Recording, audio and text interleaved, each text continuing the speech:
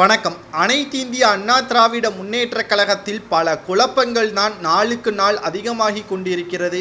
கிட்டத்தட்ட எடப்பாடி பழனிசாமி அவர்களது பதவி பறிபோகுமா அல்லது மீண்டும் அவர் அதிமுகவில் தொடர்ச்சியாக பொதுச்செயலராக நீடிப்பாரா என்ற ஒரு சந்தேகம் எழுந்து கொண்டிருக்கக்கூடிய அதே சூழ்நிலையில்தான் பன்னீர்செல்வம் அவர்களது வீட்டிற்கு நேரடியாக சென்று செங்கோட்டையன் அவர்கள் பேச உள்ளதாகவும் தற்பொழுது தகவல்கள் வெளியாகி இருப்பது மிகப்பெரிய ஒரு பூகம்பத்தை ஏற்படுத்தி இருக்கிறது அதிமுகவில். இதன் மூலமாக தெரிய வருகிறது என்னவென்றால், நிச்சயமாக அதிமுக ஒருங்கிணைந்த அதிமுகவாக உருவெடுக்கும். நடந்து முடிந்த மக்களவை தேர்தல் முடிவுகள் வெளியான பிறகு இது சாத்தியமாகும். இதற்கு முதலில் அடித்தளம் போட்டவர் சசிகலா அவர்கள் என்பதில் எந்த ஒரு மாற்று கருத்தும் கிடையாது.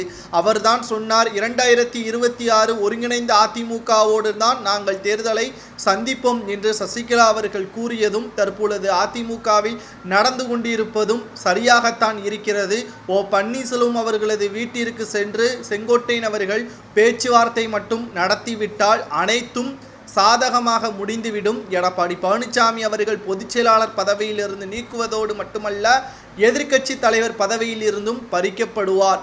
மேலும் அனைத்திந்திய அண்ணா திராவிட முன்னேற்ற கழகத்தின் தலைமைதான் மிகப்பெரிய ஒரு பிரச்சனையாக இருந்த நிலையில் அந்த பதவி தேர்தல் மூலமாக நடத்தப்படும். யாரெல்லாம் வேட்பாளராக, அதாவது பொதுச்செயலாளர் பதவியிற்கு வேட்பாளராக வேண்டும் என்று கூறுகிறார்களோ அவர்கள் நேரடியாக போட்டியிடலாம் என்ற தகவல்களும் வெளியாகும் என்றுதான் தற்பொழுது அரசியல் வட்டாரத்தில் செய்திகளையும் நம்மால் பார்க்க முடிகிறது. மேலும் இந்த தேர்தலை பொறுத்தளவிற்கு மக்கள் மத்தியில் மட்டுமல்ல, அதிமுகவின் தொண்டர்கள் மத்தியிலும் சமமான உரிமைகள் நிலைநாட்ட வேண்டும். காரணம், கடந்த பொதுச் செயலாளர் தேர்தலுக்கு முடிவுகள் அனைத்தும் ஒற்றுமையாக எடுக்க முடியவில்லை.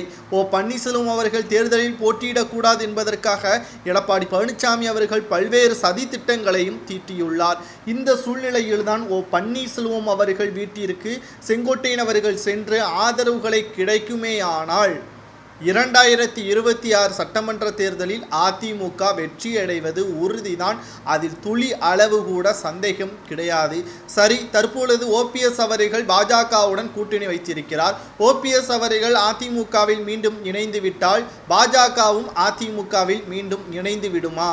ஏற்கனவே கடந்த 2021 சட்டமன்ற தேர்தலில் பாஜக அதிமுகவுடன் கூட்டணி வைத்ததன் காரணமாகத்தான் 3.5% வித்தியாசத்தில் அதிமுக தோல்வியடைந்தது, சிறுபான்மையினரின் ஓட்டுக்களை இழந்தது. இதை தவிர மீண்டும் செய்யுமா என்று பார்க்குமே ஆனால் ஒருபோதும் பாஜகவுடன் கூட்டணி இல்லை என்பதை ஆணித்தரமாக அதிமுகவில் உள்ள பல்வேறு அமைச்சர்களும் முடிவெடுத்திருக்கிறார்கள். ஆதலால் இதற்கு பன்னீர்செல்வம் அவர்கள் சம்மதம் தெரிவிப்பார்.